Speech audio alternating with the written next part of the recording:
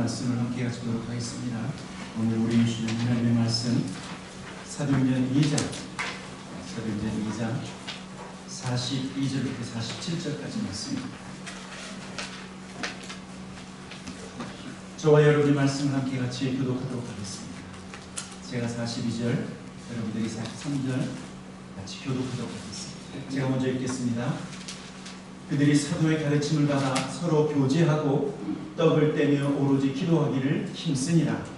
사람마다 불교하는데 사도들로 말하며 기사와 표적이 많이 나타나니 믿는 사람이 다 함께 있어 모든 물건을 서로 통용하고 또 재산과 소유를 팔아 각 사람의 필요를 따라 나눠주며 날마다 마음을 같이하여 성전에 모이기를 힘쓰고 집에서 떡을 떼며 기쁨과 순전한 마음으로 음식을 먹고 하나님을 찬미하며 또 온 백성에게 칭송하더니 주께서 구원받는 사람을 날마다 더하게 하시니라. 아멘. 우리가 그동안은 예수님의 산상수훈의 말씀, 일명 팔복의 말씀을 계속 나누었죠. 팔복의 말씀은 8가지 복의 말씀이기보다는 천국 백성의 거룩한 성품에 대해서 말씀하시는 것입니다. 이제 7번째까지 다 맞춰서 이제 8번째 하나가 남았는데 오늘은 잠깐 동안 그 팔복의 말씀을 잠깐 멈추고 교회에 대한 말씀을 함께 나누려고 합니다. 왜냐하면 아까도 말씀드린 것처럼 우리가 예배를 마치면 우리가 친교실에 가서 함께 떡을 떼고 식사를 하는데 어떻게 모이죠? 각 목장별로 이렇게 모이면서 이제 오늘부터 시작해서 2022년도 목장 모임을 킥오프하는 목장 모임을 시작하는 날이기 때문에 거기에 대한 말씀을 함께 나누려고 합니다. 왜 우리가 여러분 이렇게 함께 모여서 찬양하고 기도하고 말씀 이렇게 우리가 예배하면서 또 왜 우리가 가정에서 모여서 하나님을 예배해야 되는 거예요? 그것에 대한 성경적인 근거가 어디에 있는가? 여러분 우리가 이것을 알아야 됩니다. 그렇죠? 우리가 이렇게 모여서 하나님을 예배하는 것도 우리의 방법이 아닌 성경에서 말하는 것을 쫓아서 우리가 함께 예배를 드리는 것처럼 성경에서 왜 우리가 가정에서 모여야 되는지 이미 말씀하고 있다는 사실입니다. 저와 여러분이 먼저 알아야 될 것은 우리가 이제 예전에는 구역장이라고 했고 구역 모임이었고 이제는 목장이라고 얘기하는데 왜 우리가 목장으로 모여야 되는가? 왜냐하면요 목장은 교회이기 때문에 그렇습니다. 우리가 모이는 목장 모임은 교회 모임이다. 교회 모임. 여러분 교회는 건물이 아니죠. 건물이 아니라 교회는 사람입니다. 내가 교회이고 그리고 우리가 모이면 우리가 교회가 되는 것입니다. 여기는요 예배당입니다. 예배당. 그리고 우리가 보고 있는 이것은 타코마 연합 장로교회 건물일 뿐입니다. 교회는 나고 교회는 우리이다. 여러분 예수님께서 가이사랴 빌립보 지방을 여행하시다가 사랑하는 제자들에게 질문하시죠. 너희는 나를 누구라 하느냐? 다른 말로 얘기하면 너희는 나를 지금 어떻게 믿고 있느냐? 이런 질문을 예수님께서 제자들에게 했더니 베드로가 뭐라고 말하냐면 주는 그리스도시요 살아계신 하나님의 아들이십니다. 여러분 한번 따라했으면 좋겠습니다. 주님은 그리스도시요 메시아이시요 구원자이시요 하나님의 아들이십니다. 여러분 이 고백을 저와 여러분은 날마다 하시는 줄 믿습니다. 그런데 베드로가 이 고백을 했을 때 주님이 얼마나 기뻐하시며 주님의 플랜 하나님의 계획을 말씀하시는데 뭐라고 말씀하시냐면 이 믿음과 이 반석 위에 내 교회를 세우시겠다. 내 교회를 세우시겠다. 다른 말로 얘기하면요 저와 여러분이 주는 그리스도시요 주는 나의 메시아시요 나의 하나님의 아들이신 자라고 고백하는 이 신앙 고백을 통해서 우리가 교회가 되었다고 하는 사실입니다. 이 믿음과 이 신앙 고백이 있는 곳에는 교회로 하나님께서 부르셨다고 말씀하고 있습니다. 내 교회다, 내 교회다. 그래서 마태복음 18장에는요, 예수 그리스도를 주라 고백한 백성들이 모이면 그곳에 주님이 함께 계시겠다고 말씀하고 있습니다. 같이 한번 읽어보도록 하겠습니다. 같이 읽겠습니다. 시작. 두세 사람이 내 이름으로 모인 곳에는 나도 그들 중에 있어. 여러분, 우리가 잘 알고 있잖아요. 2022년도 표어가 무엇입니까? 내 안에 있는 예수를 경험하라. 저와 여러분 안에 우리가 예수 그리스도를 주로 영접했을 때 하나님께서 성령을 부어주시고 그 성령은 우리 가운데 오셔서 하나님의 영으로, 그리고 그 성령은 예수의 영으로, 그래서 예수님이 저와 여러분 심령 가운데 계시는데, 그래서 내가 교회이고요, 그리고 우리가 함께 모이면 교회 공동체가 된다라고 하는 사실. 그래서 우리가 모이면 언제나 주님이 그곳에, 두세 신의 이름으로 모인 곳에 내가 너희와 함께 있겠다 말씀하시는 것이에요. 그런데요, 교회는 한 장소에서 모이는 것이 아니라 두 군데에서 모이는 거예요. 교회는 두 군데에서 모이는 것이다. 첫째는 성전에서 모이는 것이고, 또 한 군데는 어디서 모인 줄 아십니까? 가정에서. 자, 오늘 본문이요, 먼저 한번 사도행전 2장 46절을 먼저 같이 읽도록 하겠습니다. 46절 같이 보겠습니다. 시작. 날마다 마음을 같이하여 성전에 모이기를 힘쓰고 집에서 떡을 떼며 기쁨과 순전한 마음으로 음식을 먹고. 여러분, 예루살렘 첫 번째 교회에 있었던 예루살렘 교회, 우리가 그것을 초대교회라고 얘기해요. 예루살렘 교회와 이 초대교회는 모든 교회의 모델이에요. 롤모델. 그런데 그 초대교회 예루살렘 교회의 성도들의 모습을 보니까 성전에서 안식일날 하나님 앞에 제사를 드리고 예배를 드렸을 뿐만 아니라 보니까 집에서 작은 교회로 또 모였다라고 말씀하고 있습니다. 초대교회 성도들은 성전에서 예배를 드리는 것으로 끝난 것이 아니라 가정에서 또 함께 모여서 하나님을 찬미하고 교제하고 떡을 떼고 깊은 교제 속에 서로를 사랑하는 그런 공동체였다. 여러분, 그래서요, 교회가 이 큰 예배당에서 함께 모이는 것뿐만 아니라 가정에서 또 모여야 될 근거가 바로 여기. 여러분, 아직까지 여태까지 그렇게 알았죠? 예배는 어디에서만 드린다? 교회에서만 드린다. 아니에요. 저와 여러분이 교회일 뿐만 아니라 교회는 함께 모여서 한 자리에 모여서 예배를 드릴 뿐만 아니라 작은 교회로 가정에서, 집에서 또한 모임을 계속하는 것이 성경적이라고 하는 사실입니다. 성경적. 그래서요, 어떤 목사님은요, 성전에서 예배를 드리고 또 가정에서 예배를 드리고 교제했었던 이 초대교회와 같은 모습을 어떤 교회라고 얘기했냐면 두 날개의 교회라고 얘기했어요. 여러분, 두 날개의 교회에 대해서 한번 들어보셨습니까? 한쪽 날개는 어디에서 모이는 것입니까? 성전, 교회에서 전체적으로 모이는. 그리고 또 한쪽 날개는 뭐예요? 집에서 모이는 교회, 작은 교회. 여러분, 한쪽 날개가 아니라 두 날개로 날아오른다. 여러분, 무엇이 상상이 됩니까? 독수리. 여러분, 교회는요, 잠수함이 아니에요. 교회는 비행기와 같은 독수리예요.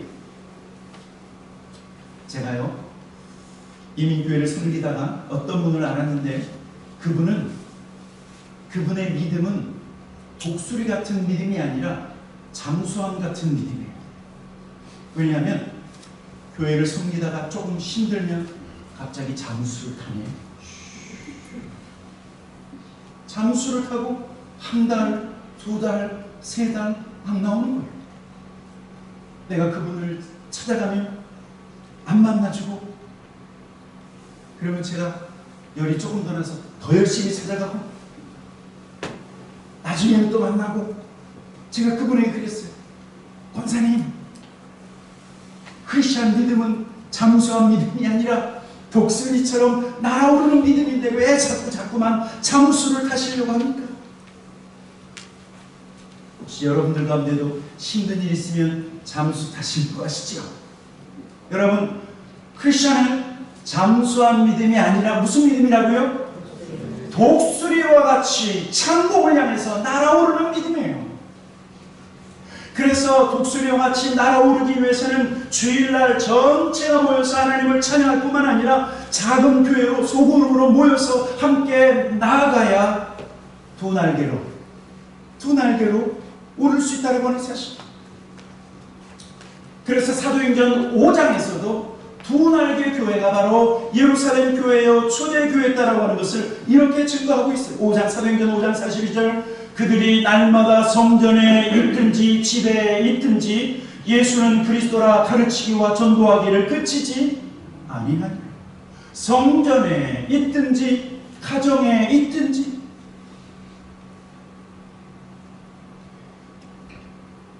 예루살렘 교회 성도들은 성전에서 예배로 끝나는 것이 아니라 또 모이고 또 모이고 또 모이는 것을 너무 좋아했다라고 하는 사실. 여러분, 그런데요, 우리가 전체로 모여서 함께 예배를 드리지만, 전체로 모여서 함께 예배 드리면 실은 이 예배 자체는 하나님과의 교제예요. 그런데 함께 모여서 하나님과의 교제는 되지만 옆에 있는 성도, 옆에 있는 하나님의 자녀들과의 교제가 잘 이루어지지 않아요. 어디에서 잘 이루어지냐면 작은 교회, 가정에서 만나는 그 가정, 작은 교회에서 깊은 교제가 이루어진다고 하는 사실. 여러분, 우리가 함께 모여서 하나님을 예배하는 것도 중요하지만 작은 교회, 이 가정에서 모이는 이 예배가 얼마나 중요하고 얼마나 파워가 있고 얼마나 능력이 있는 줄 아십니까? 여러분들도 아시겠지만 1949년 중국 공산당이 정권을 잡고, 그리고 모태통이 그 나라를 통치할 때요, 중국 공산당이 정권을 잡으면서 그 중국 그 땅 안에 있는 중국 크리스천, 중국 기독교에 대한 탄압이 엄청났어요. 교회는 폐쇄되고 목회자들은 체포되고 구금되고 심지어는 처형되는 일들이 얼마나 많이 있었는지 모릅니다. 선교사들은 다 자기 나라로 추방당하고, 그리고 성경은 압수되고 불태워졌어요. 이런 상황을 지켜봤었던 세계 기독교 지도자들이요, 중국 기독교를 바라보면서 얼마나 염려했는지 몰라. 이러다가 중국 기독교가 끝장나는 게 아닌가? 그런데 모태통이 정권을 잡고 기독교를 탄압할 때, 그때가 중국 땅에 크리스천 숫자가 몇 명 정도였었냐면 100만 정도였어요. 그런데 중국 공산당이 탄압을 시작하고 심한 핍박을 받은 후에 여러분, 크리스천 숫자가 몇 명으로 늘어나는 줄 아십니까? 1000만. 100만에서 오히려 핍박을 받으니까 1000만, 적어도 10배 이상 크리스천과 교회 성도들이 폭발적으로 늘어났다는. 지금은 몇 명이죠? 1억이에요. 1억을 넘어요. 여러분, 중국에 있는 크리스천들 얼마나 파워가 있는지 몰라요. 그들은요, 우리에게 핍박받는 것을 멈추면 중국에 있는 기독교가 죽는다고 오히려 얘기해요.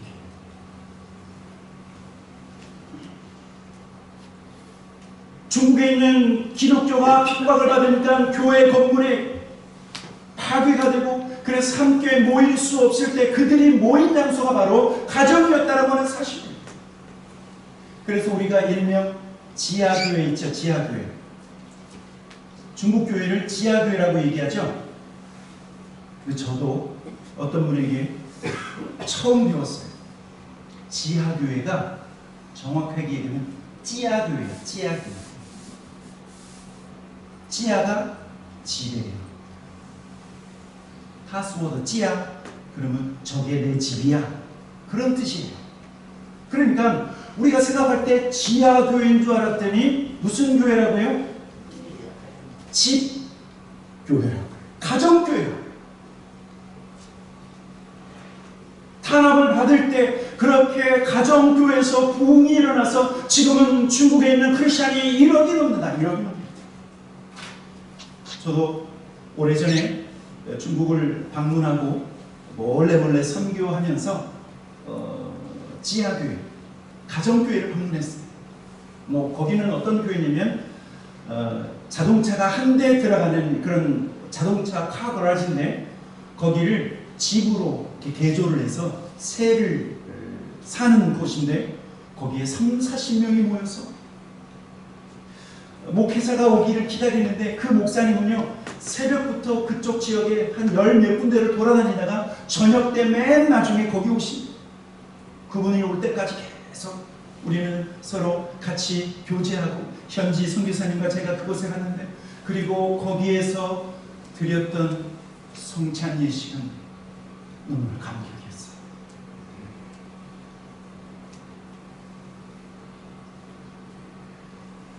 여러분 교회는 두 날개 교회, 가정과 교회와 가정이 함께 두 날개로 그래야 독수리처럼 날아오를 수 있다고 하는 사실.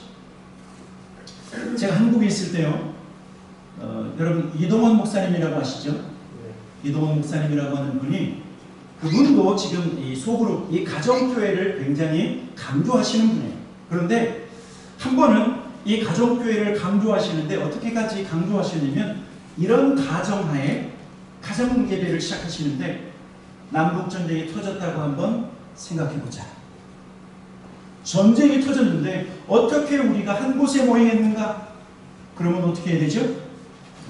다 구역별로 또는 목장별로 모여서 예배를 드릴 수 있도록. 그래서요 제 기억으로는 그 이동훈 목사님께서 한 달 동안 주일 예배를 드리지 않고 이렇게 모여서 드리는 예배를 드리지 않고 각 목장별로 계속해서 예배를 드리고 그 다음에 교회로 리포트를 한 거예요. 여러분 그만큼 무엇이 중요하다고요? 우리가 함께 모여서 하나님을 예배하는 이 예배, 연합으로 드리는 이 예배도 중요하지만 가정에서 소그룹으로 목장으로 함께 가정 예배로 가정교회로 드리는 것이 성경적이고 중요하다고 하는 사실. 그래야 교회는 독수리처럼 두 날개로 날아올 수 있다. 2022년도 올해부터 우리 다코메나 장로교회는 한쪽 날개가 아니라 두 날개로 날아오시기를 주님의 이름으로 축원합니다. 이제 여러분들이요 열심히 출석하시고 열심히. 두 번째로요 초대교회의 특징은 무엇이냐면 성도 안에서 수박 겉핥기 교제가 아니라 깊은 교제가 이루어졌다는 하는 사실. 자, 사도행전 2장 42절부터 45절에 보면 어떻게 교제를 했는지 함께 같이 한번 읽어보도록 하겠습니다. 42절부터 시작. 그들이 사도의 가르침을 받아 서로 교제하고 떡을 떼며 오로지 기도하기를 심습니다. 사람마다 두려워하는데 사도들로 말미암아 기사와 표적이 많이 나타나니 믿는 사람이 다 함께 있어 모든 물건을 서로 통용하고 또 재산과 소유를 팔아 각 사람의 필요를 따라 나눠주며. 여러분 사도행전 2장 42절에 보면 그들이 사도의 가르침을 받아 서로 어떻게 했다고요? 교제하였다. 서로 교제하였다. 서로 교제했다라고 하는 이 교제는 헬라말로 코이노니아입니다. 코이노니아. 많이 들으셨죠? 코이노니아. 그런데 이 코이노니아라고 하는 말은 어떤 의미를 가지고 있냐면 서로 공유하다, 서로 공유한다. 또는 두 번째는 서로 내 것을 나눈다, 내가 가지고 있는 것을 나눈다. 세 번째는 어떤 의미를 가지고 있냐면 서로 동반자가 된다라고 하는 의미가 있어요. 초대의 교회와 그리고 예수 안에서의 진정한 교제의 의미는 무엇이냐면 예수 안에서 무엇인가를 나누는 거예요. 나누는 거예요. 예수 안에서 내가 가지고 있는 그 어떤 것을 공유하는 거예요. 내가 가지고 있는 아픔도 나누고 내가 가지고 있는 기쁨, 나 혼자 기뻐하는 것이 아니라 기뻐하는 자와 함께 기뻐하라. 슬퍼하는 자와 함께 슬퍼하라. 그렇죠? 우는 자와 함께 울고 기뻐하는 자와 함께 기뻐하는 것처럼 내가 가지고 있는 아픔도 기쁨도 나눌 뿐만 아니라 내가 가지고 있는 계획과 나의 생각, 여러분 이것을 나누는 것이 바로 진정한 교제라고 하는 사실. 더 나아가서 예수 그리스도 안에서의 진정한 교제는 서로가 동반자가 되는 것입니다. 어디까지 가는 동반자죠? 우리가 하나님을 아버지라 부를 뿐만 아니라 이 땅에서 영원한 하나님 나라까지 함께 가는 동반자, 함께 가는 동반자. 나 혼자 천국 갈 테니까 당신은 여기 있어. 그게 아니라, 그렇죠? 천국을 어떻게 해요? 다 함께 가는 우리가 동반자. 여러분 이것이 진정한 교제예요. 진정한 나눔과 그리고 친밀한 만남이라고 하는 사실. 그래서 여러분 예수 안에서 우리가 함께 모여서 예배하고 함께 교제를 나누고 우리 작은 가정, 작은 교회, 집에서 가정에서 깊은 교제를 나눌 때 세 가지 중요한 핵심 원리가 있어요. 여러분 오늘 시간 이 세 가지를 분명히 기억하셔야 돼요. 깊은 교제를 나누기 위한 세 가지 중요한 핵심. 첫째는 뭐냐면 우리가 만나면, 우리가 모이면 무엇 중심이어야 되냐면 첫째는 말씀 중심이에요. 말씀 중심. 오늘 42절에 말씀하고 있잖아요. 그들이 사도의 가르침을 받아 서로 교제하며. 먼저 무엇이 있었어요? 사도의 가르침. 하나님의 말씀이 먼저 있었다고 말하고 있는 거예요. 여러분 왜 하나님의 말씀이 먼저일까요? 우리가 모이면 하나님의 말씀을 먼저 나누어야 되는 것은 그 말씀을 우리가 먹고 우리가 성장하기 때문에. 여러분 성도는요 말씀을 먹어야 성장하고 말씀을 먹어야 성숙해지는 거예요. 그리고 말씀이 먼저라고 하는 것은 우리가 목장으로 옛날에는 구역으로 모이면 사람들이 내가 지난 한 주간 내가 어떤 삶을 살았고 막 자신이 살았던 어떤 자신의 삶을 나누는데 그 전에 먼저 성경은 먼저 배우라는 거예요. 먼저 배우라. 먼저 무엇을 배워요? 성도의 온전한 삶이 무엇이고 그리고 교회 공동체는 무엇인가를 먼저 하나님의 말씀을 통해서 먼저 배워야 돼요. 말씀이 먼저라고 하는 것은요 특별히 우리 한국 사람들에게 꼭 필요해요. 왜냐하면 제가 미국에 갔더니 어떤 분이 저한테 이야기를 해주는데 목사님 세계에서 최고로 근면하고 부지런한 민족이 어떤 나라인 줄 아십니까? 그래서 제가 유태인이죠. 맞습니까? 그런데 최근에는 바뀌었대요. 미국의 아주 유명한 세계학자가 유대인이 그렇게 근면한데 그 유대인을 부끄럽게 하는 민족이 나왔는데 누구라고요? 우리라고요. 한민족이 유대인들의 그 근면 성실을 부끄럽게 할 정도로 아주 일을 지독하게 한다는 거예요. 일을 지독하게. 여러분 그래서 그런지요. 여러분들이 교회를 딱 오면 뭐부터 생각하죠? 내가 뭐 할 거 없나? 일부터 자꾸 생각하시려고 하는데 여러분 성경은요. 먼저 어떻게 하라고요? 말씀. 하나님의 말씀의 디렉션을 받지 아니하면, 하나님의 말씀의 가르침을 받지 아니하면 다 자기 방법대로, 다 자기 방법, 다 자기 스타일대로 신앙생활. 그러면 하나님의 백성으로 모인 것이 아니라 다 자기 각각 스타일대로. 그래서요, 모이면 먼저 일하려고.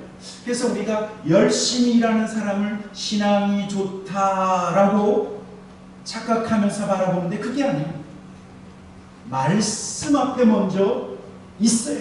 말씀을 배워야 우리의 삶의 디렉션을 제대로 찾고 우리가 무엇을 하든지, 그 다음에 우리가 무엇을 하든지 실수를 줄여나갈 수 있다는 하는 사실.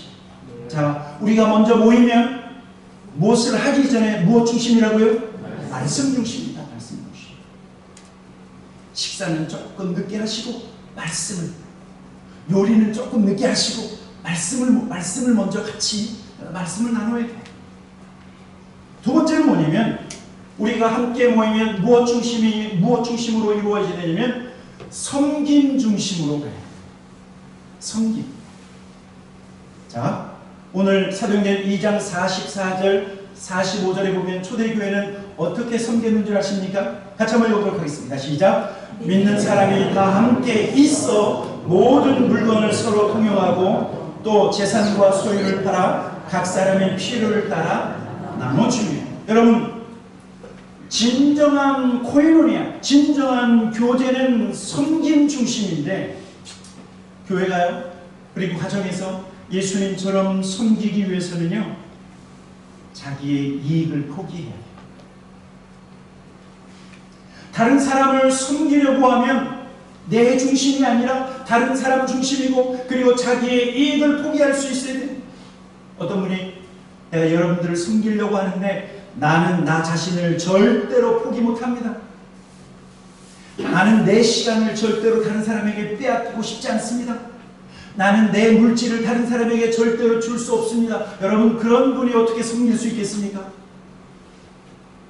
진정으로 하나님 앞에서 참된 교제를 통해서 섬기기를 원하시는 분은 내 시간도 빼앗기고, 그렇죠? 내 물질도 손해볼 수 있어야.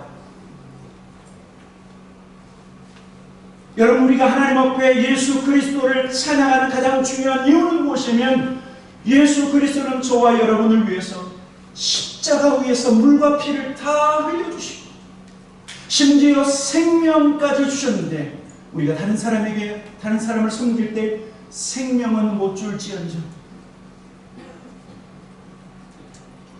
시간을 허비하고 물질을 허비하고 손해보면서 섬김이 이루어진다고 하는 사실.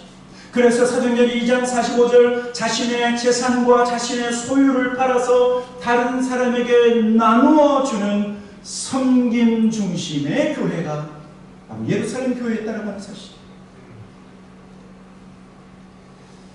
여러분의 목장에서, 여러분의 가정에서 여러분의 것을 포기하시기를 주님의 이름으로 축원합니다. 속으로는 만약에 아이고 나는 절대로 손해보는 장사는 못해, 나는 절대로 손해보는 모임은 못하겠어, 다 아니라, 그렇죠? 손해보고 그리고 포기할 때 진정한 섬김이 이루어집니다. 세 번째는 뭐냐면, 우리의 모임과 우리의 교제 목적은 무엇이냐면 예수 그리스도를 닮아가고 변화와 성숙을 목표로 해야 된다고 하는 사실. 우리가 일단 목장 또는 구역으로 모이면 만나서 막 이야기하죠. 이런 얘기 저런 얘기. 아이고 내가 집안에 무슨 일이 있었는데 지난 한 주간은 내가 아주 그냥 어떻게 시간이 지나갔는지 눈코 뜰 새 없었다. 여러분, 우리가 만나서 우리의 상황과 환경을 얘기할 뿐만 아니라 중요한 것은 무엇이냐면 내 단점과 나의 부족한 부분, 나의 아픔과 나의 상처도 그 모임을 통해서 드러낼 수 있는, 여러분, 그러한 건강한 모임이 되어야 돼요.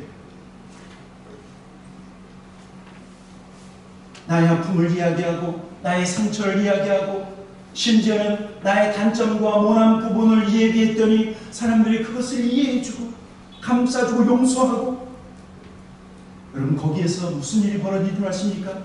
변화가 일어나요. 변화. 다른 사람을 이해하는 것에서부터 여러분 저와 여러분이 예수님의 거룩한 성품으로 변화되어집니다. 제가요 전도사 시절에는 500명, 600명 교회, 500명, 600명 교회 제가 처음으로 전도사 갔어요. 그랬는데 제가 선교단체 출신이다 보니까 기준이 있었어요. 교회를 갔더니 이야, 내 마음에 드는 성도가 그 500명 교회에서 4-5명밖에 없는 거예요. 이 성도들 통해서 무슨 하나님의 나라를 확장해 나갔는가? 그런데 어느 날 하나님께서 저를 깨우쳐 주셨어요. 모든 사람들이 하나님을 아버지라 부르고, 그리고 그 하나님은 모든 사람들을 품어주시는데 저는요 그 500명, 600명 교회에서 내 마음에 드는 사람은 4-5명밖에 없는 거예요. 간장종지같이 조그만 저의 마음을 하나님이 보여주셨어요. 야, 이래서는 안 되겠다. 하나님께서 나를 목회자로 훈련시키시는데 내가 몇 사람만 마음에 들어 한다고 하면 이거 정말 큰 문제다. 어떻게 된 줄 아세요? 이 사람도 이해할 수 있고 저 사람도 이해할 수 있고, 하나님께서 그때부터 저의 마음, 간장둥지 같은 저의 마음을 조금씩 넓혀가기 시작하셨어요. 그래서 누군가를 만나면 그냥 이해하게, 그러셨군요. 힘드셨겠군요. 여러분, 저와 여러분의 가정, 작은 가정교회 모임에서 서로를 이해하고 용납하시길 주님의 이름으로 축원합니다. 그럴 때 우리의 마음이 넓어집니다.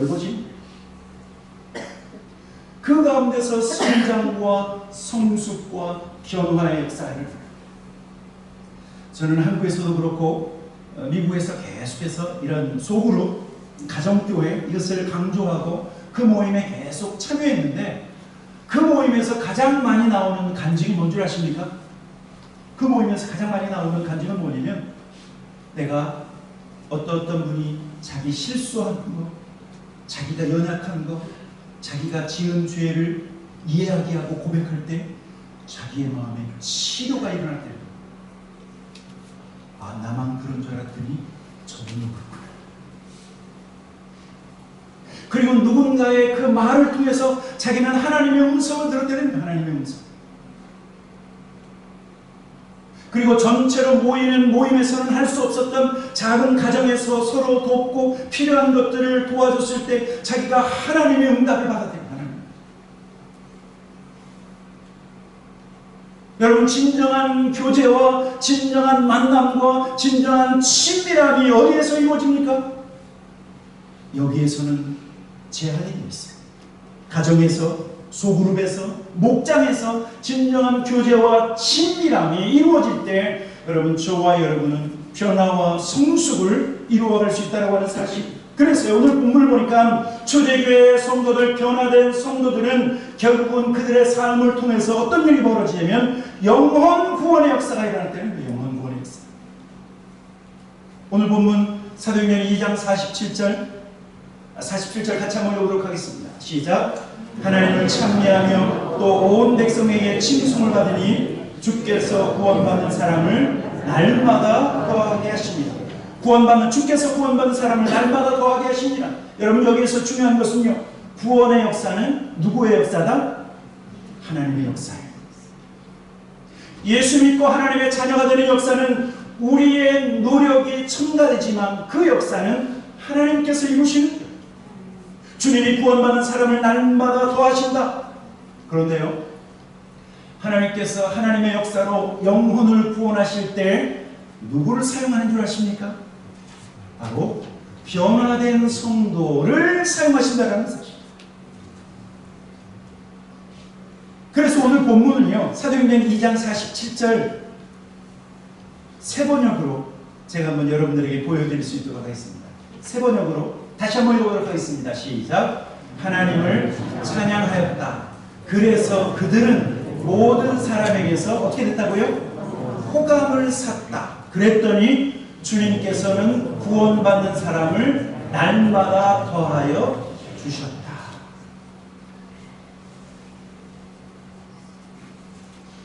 여러분, 사도행전 2장 47절을 통해서 하나님께서 우리를 어떻게 사용하시는가, 그리고 전도의 가장 중요한 원리를 말씀하고 있는 거예요. 그것은 무엇이냐면 교회와 성도들이 사람들로부터 호감을 받아들이는 거. 호감. 우리 성경에는 칭송을 받았다, 칭찬을 받았다. 그렇죠? 누구로부터요? 세상 사람들로부터 크리스천들, 초대교회 성도들이 칭찬을 받았을 뿐만 아니라 세번역에서는 호감을 샀다라고 말하고 있습니다. 사랑하는 성도 여러분, 세상 사람들이 우리를 볼 때 무엇을 봐야 돼요? 호감을 가져야 돼요. 우리의 삶을 보면서 뭔가 다른 것을 발견해야 돼요.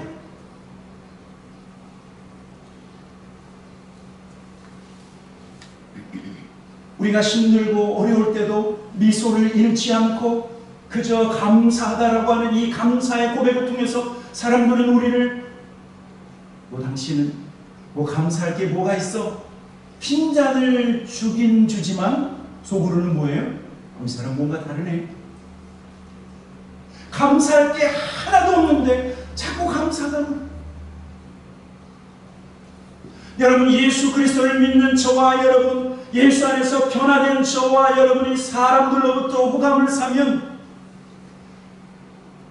저 사람이 믿는 예수 나도 믿고 싶다. 저 사람이 다니는 교회 나도 가서 예배드리고 싶다. 이러한 관심과 호감이 생겨나는 거예요. 그래서 저와 여러분은요,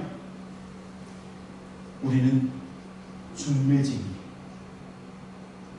무슨 중매장이요? 하나님과 세상 사람들을 서로 혼인시키는 중매쟁이가 바로 저와 여러분, 우리에게 달려있다고 하는 사실.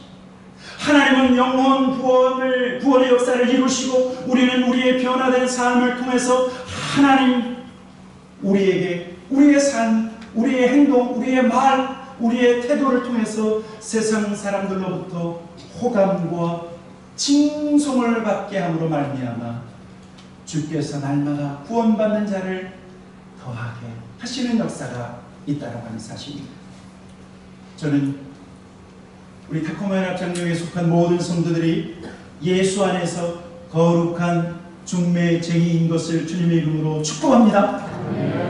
날마다 변화하셔요. 날마다 변화하셔서 더 많은 사람들에게 호감을 사고 더 많은 사람들에게 칭송을 받을 때 하나님의 구원의 역사, 교회의 온전한 사명을 감당하게 될 줄 믿습니다. 같이 기도하도록 하겠습니다.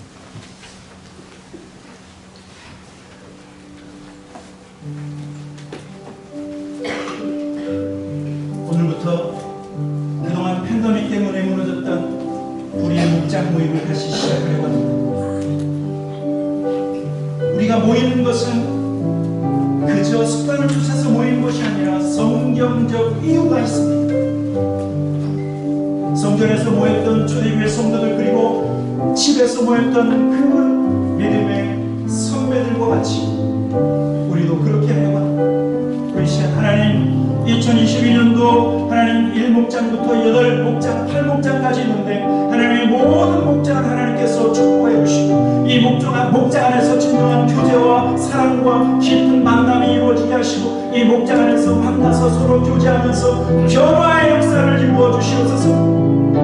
우리가 변화할 때 하나님 세상 사람들로부터 호감을 사게 하시고 세상 사람들로부터 칭송받게 하셔서 하나님 구원의 역사가 이루어지게 하시옵소서. 우리가 이것을 위해 삼순으로 같이 기도하고 예배를 마치도록 하겠습니다. 같이 기도하겠습니다. 살아계신 아버지 하나님, 감사와 찬양과 영광을 하나님 앞에 올려드립니다. 아버지 하나님, 이번 4월달부터 아버지 하나님 이제 목장 모임이 시작됩니다. 모든 목장의 리더들을 마음껏 하나님께서 축복하여 주시고 아버지 하나님, 날마다 아버지 하나님 모임에 신천한 주의 종들 될 수 있도록 주의 인도하여 주시길 간절히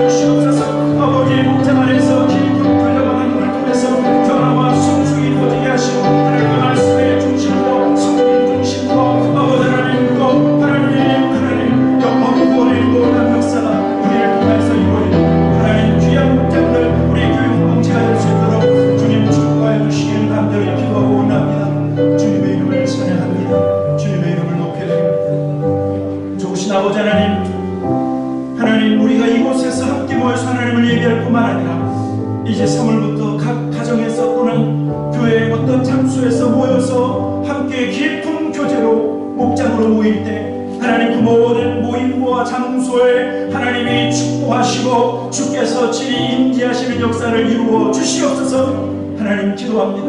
우리의 모임이 친밀한 것, 그 친밀함을 뛰어넘어서 말씀 중심, 성김 중심, 변화와 성숙을 중심으로 해나가는 아름다운 공동체, 성전에서 예배 드릴 뿐만 아니라 가정에서 집에서 예배 드리는 가정교회, 풍성한 열매가 맺히는 역사가 있게 하여 주시옵소서. 하나님 앞에 감사와 찬양을 드리며 예수 그리스도 이름으로 기도하였습니다. 아멘.